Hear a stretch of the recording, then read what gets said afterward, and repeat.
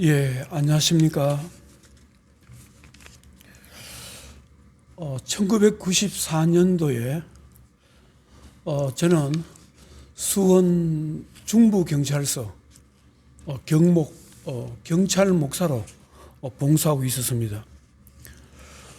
경목 중에 베트남 참전했던 목사님 몇 분이 계셔서 함께 베트남에 가본 적이 있습니다. 그때 시골길을 가다가 시골길 옆에 초등학교가 있어서 초등학교에 한번 들어가 본 적이 있습니다. 초등학교 들어가서 교실에 들어갔다가 교실 앞면 벽에 액자에 사람이 되자는 표 글을 보고 제가 깜짝 놀랐습니다. 공산국가에서는 사람의 인권이 무시당하고 억압당한다고 알고 있었는데 베트남 초등학교 교육 중심에 사람이 되자는 말을 보고 깜짝 놀랐습니다. 그때 저는 이런 생각을 해봤습니다. 사람이 사는 곳이면 어디든지 사람다운 사람, 사람으로서의 기본적인 인격을 갖춘 사람으로 교육시켜야만이 사람이 사람답게 살 수 있는 것이다. 이런 생각을 해보았습니다.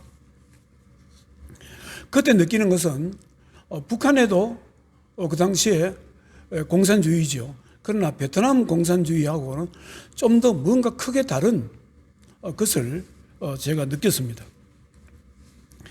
여러분들은 예수를 믿는다는 것을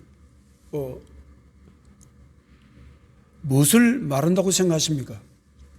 예수를 믿는다는 것은 죄로 인해 잃어버렸던 사람 속에 있는 하나님의 형상을 회복하는 일이 바로 예수 믿는 일입니다.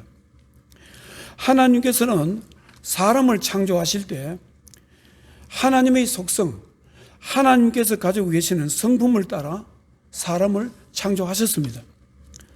창세기 1장 26절에 하나님이 이르시되 우리의 형상을 따라 우리의 모양대로 우리가 사람을 만들고,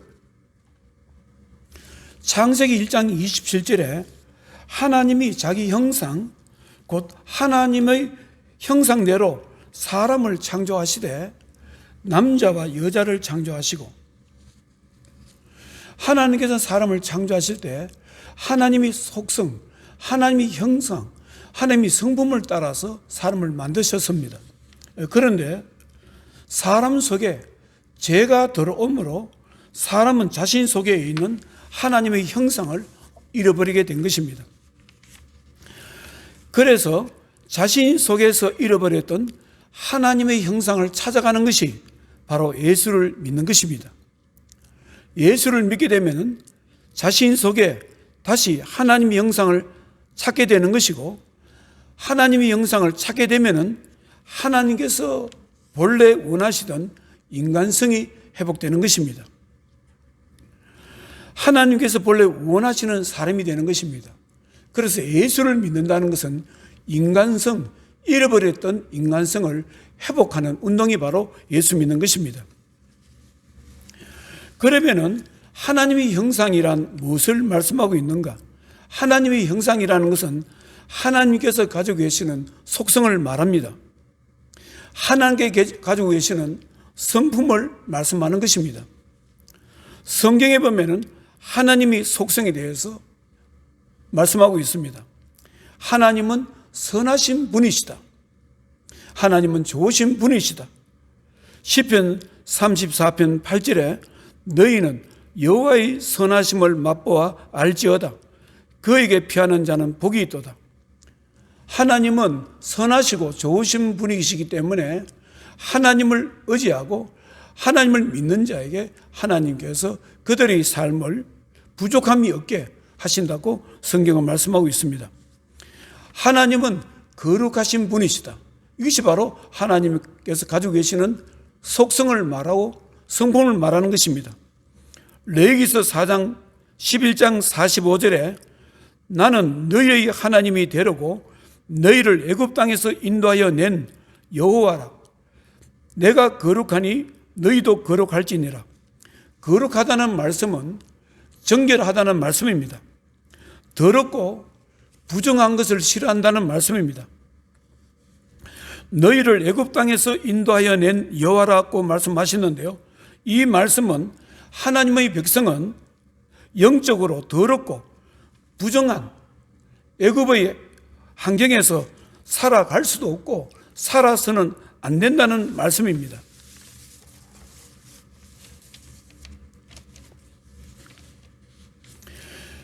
하나님께서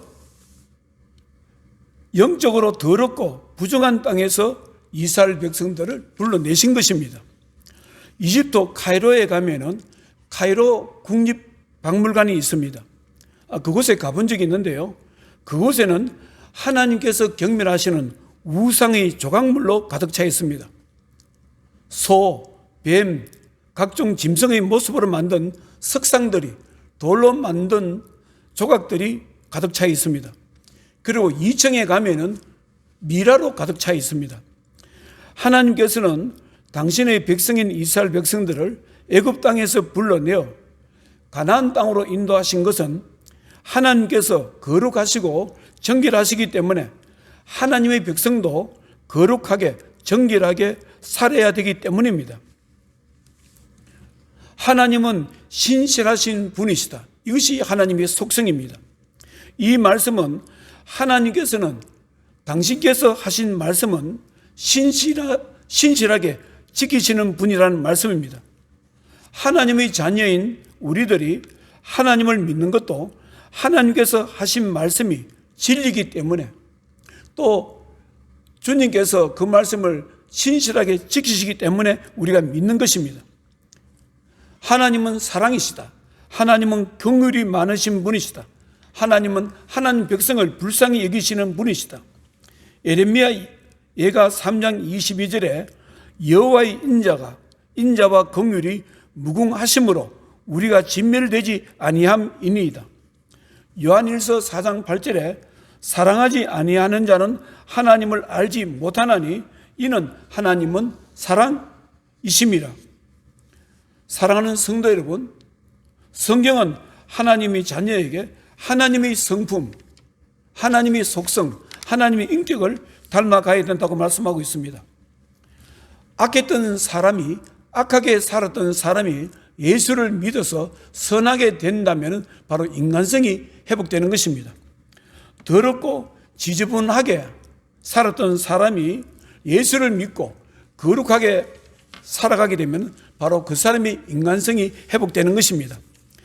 남을 사랑하지 못했던 사람이, 남을 불쌍히 여기지 못했던 사람이 예수를 믿어서 남을 사랑하게 되고 사람을 불쌍히 여긴다면 바로 그 사람의 인간성이, 잃어버렸던 인간성이 회복되는 것입니다. 오늘 성경 말씀은 사도 바울이 고린도 교회에 말씀하셨습니다. 고린도후서 4장 16절에 그러므로 우리가 낙심하지 아니하노니 우리의 그 사람은 낡아지나 우리의 속 사람은 날로 새로워지도다. 이 말씀은 우리들의 인생의 짧음과 인생의 한계를 말씀하는 것입니다. 사람들의 겉모습은 시간이 지나고 세월이 가게 되면 겉모습은 낡아지게 되는 것입니다. 사람의 육신의 모습은 점점 세잔해지고 소모되게 되는 것입니다. 이러한 인생에서 예수를 믿는 하나님의 자녀들은 자기가 믿는 신앙으로 인해서 자신의 속사람, 자신의 인간성, 자신의 정신세계, 자신의 내면세계, 자신의 신앙 인격은 시간이 갈수록 새로워져야 된다고 말씀하는 것입니다.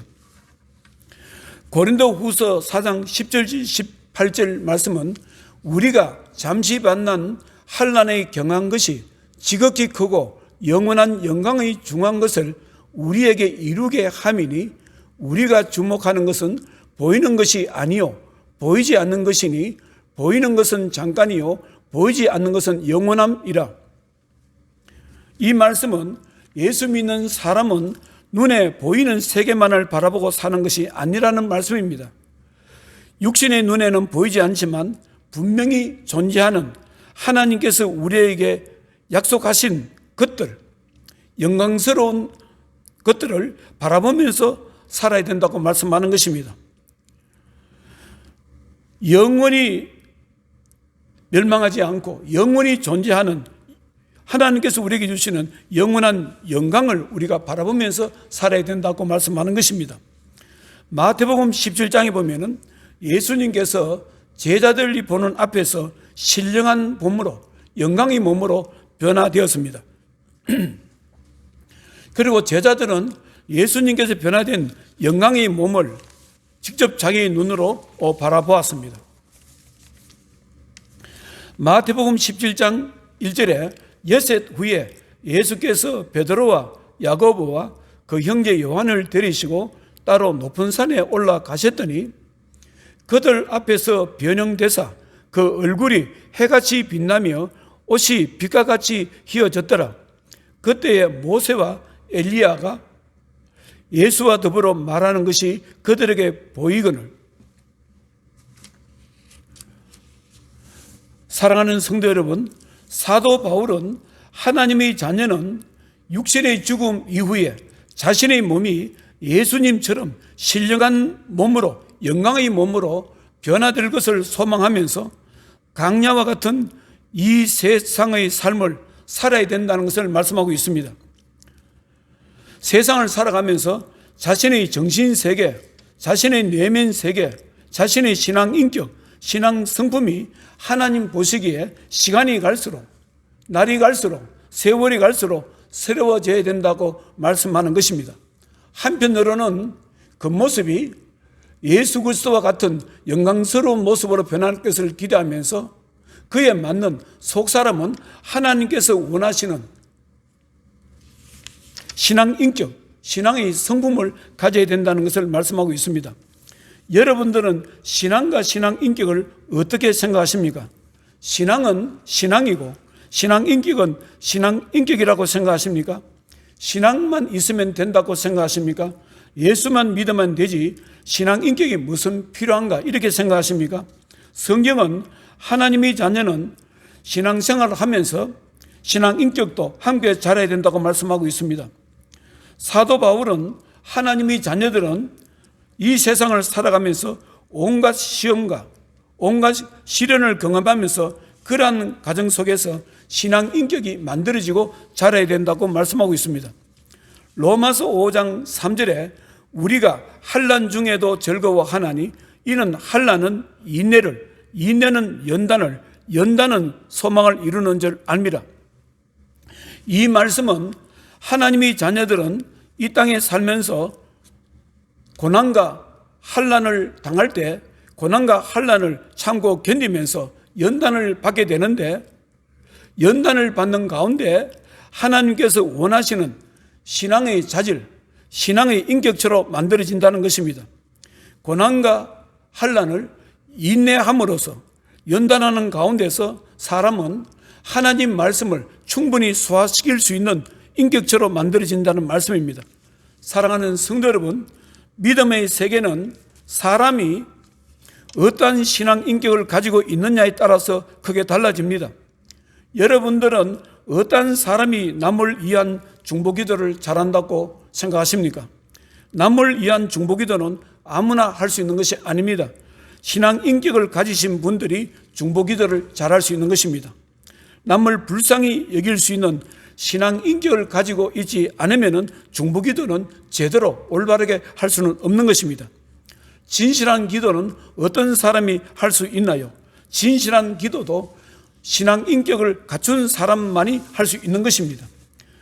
누가복음 18장에 보면은 바리새인과 세리의 기도하는 모습이 기록되어 있습니다. 바리새인은 영적으로 교만해서 바리새인이 기도한 내용을 보면 교만으로 가득 차 있습니다. 누가복음 18장 11절에 바리새인은 서서 따로 기도하여 이르되 하나님이여 나는 다른 사람들 곧 토색, 불의, 간음을 하는 자들과 같지 아니하고 이 세리와도 같지 아니함을 감사하나이다. 나는 일회에 2번씩 금식하고 또 소득의 11조를 드리나이다. 교만하게 바리새인은 기도했습니다.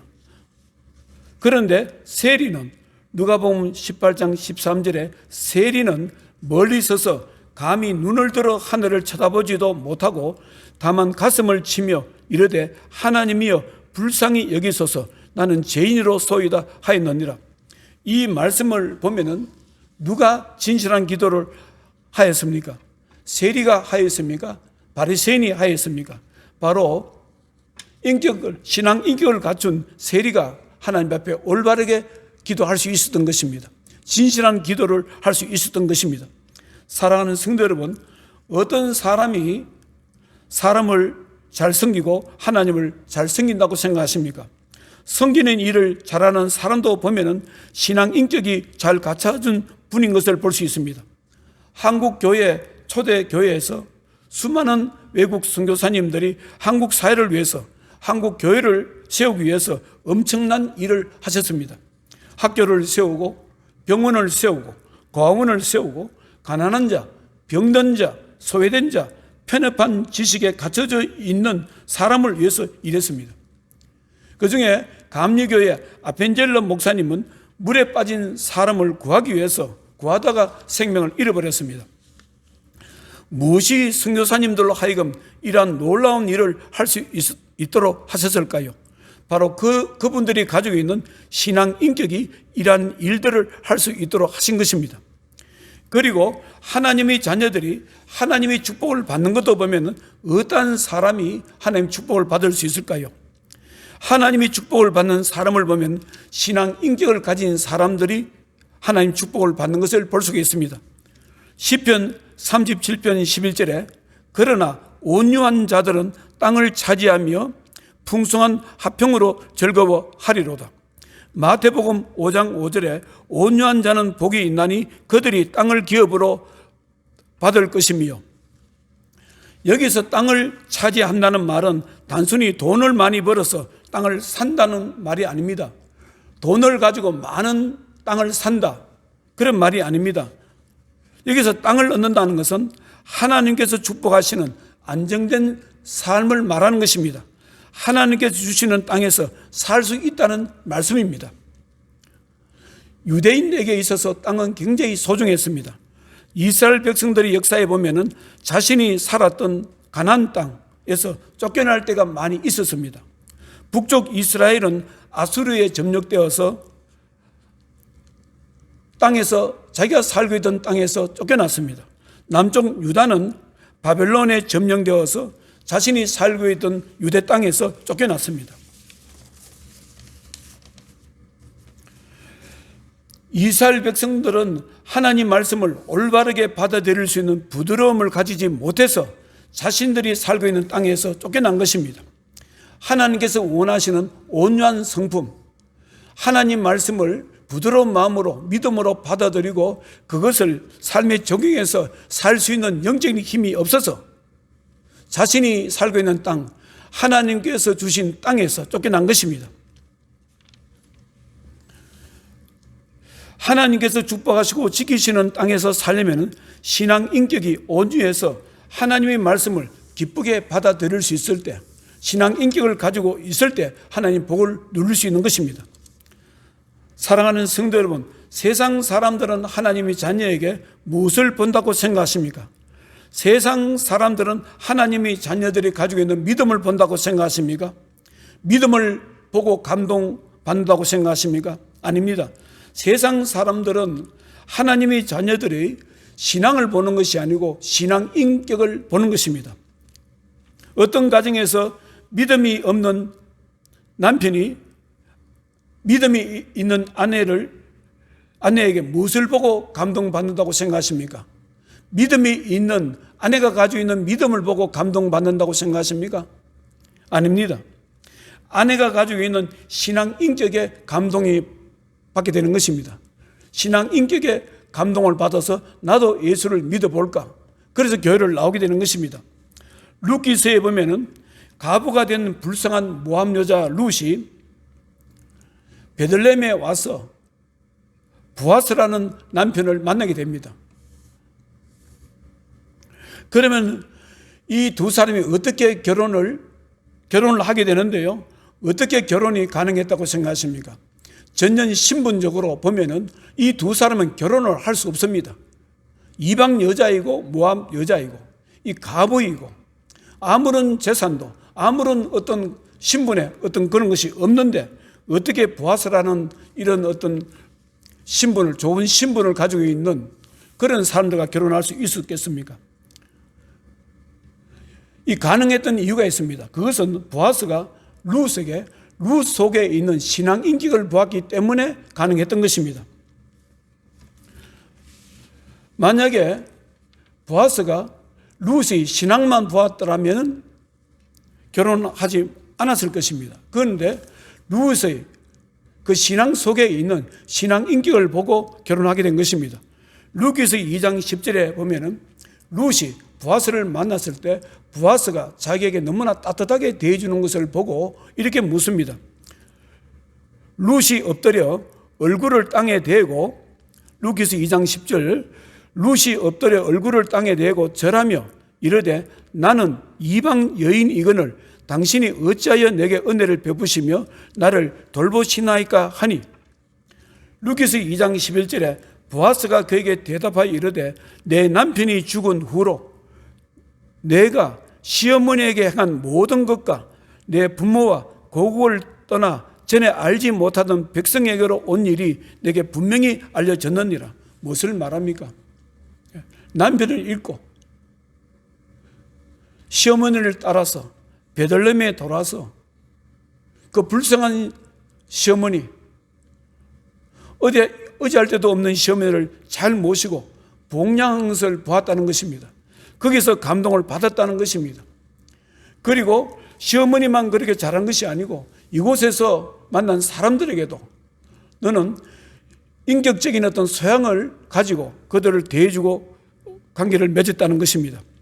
룻기서 3장 10절에 내가 가난하건 부하건 젊은 자를 따르지 아니하였으니 내가 베푼 인애가 처음보다 나중이 더하도다. 너는 갈수록 사랑이 넘치는 사람이고 너를 보면 볼수록 너희들은 신앙 인격이 뛰어난 사람이라는 것입니다.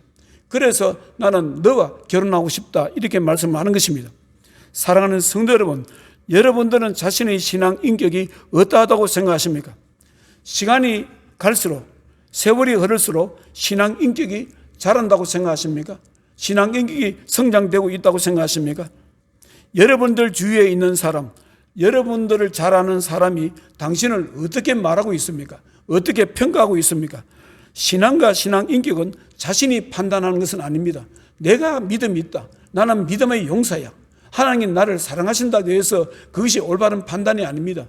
믿음을 판단하는 것은 자기 자신이 아니라 자기를 잘 아는 사람, 옆에 있는 사람, 가족들, 이웃들, 교우들이 자신의 신앙 인격을 판단하는 것입니다.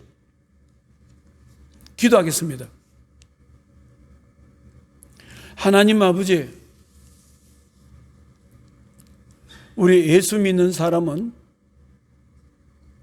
언젠가 있을 하나님께서 우리에게 주시고자 약속하신 영광스러운 모습으로 우리의 겉모습이 변화될 것을 소망하면서 살아야 된다고 성경은 말씀하고 있습니다. 그러나 그것뿐만 아니라 그런 영광스러운 겉모습에 합당한 걸맞는 속사람이 신앙 인격이 날마다 새로워져야 된다고 말씀하고 있습니다. 우리의 하나님의 자녀의 정신세계, 내면세계가 하나님의 말씀과 기도로 성령의 도우심으로 변화되어야 된다고 말씀하고 있습니다. 하나님, 세상 사람들은 우리의 신앙을 보지 않습니다. 세상 사람들은 우리의 신앙 인격을 보고 우리에게 감동을 받습니다. 하나님 아버지, 이 사순절 기간에 우리는 우리들의 자신을 되돌아보기를 원합니다. 세상 사람들이 나를 어떻게 볼 것인가? 우리의 가족들이, 형제들이, 우리의 이웃이 나를 어떻게 바라볼 것인가? 우리가 생각해 보기를 원합니다. 사랑하는 주의 백성들이 축복하여 주시옵소서. 말씀과 기도로 무장되게 하시고 성령의 도우심으로 우리의 아버지 하나님이여, 인간성은, 신앙 인격은 날마다 날로 새로워지기를 원합니다. 예수님 거룩하신 이름으로 기도드리옵나이다. 아멘.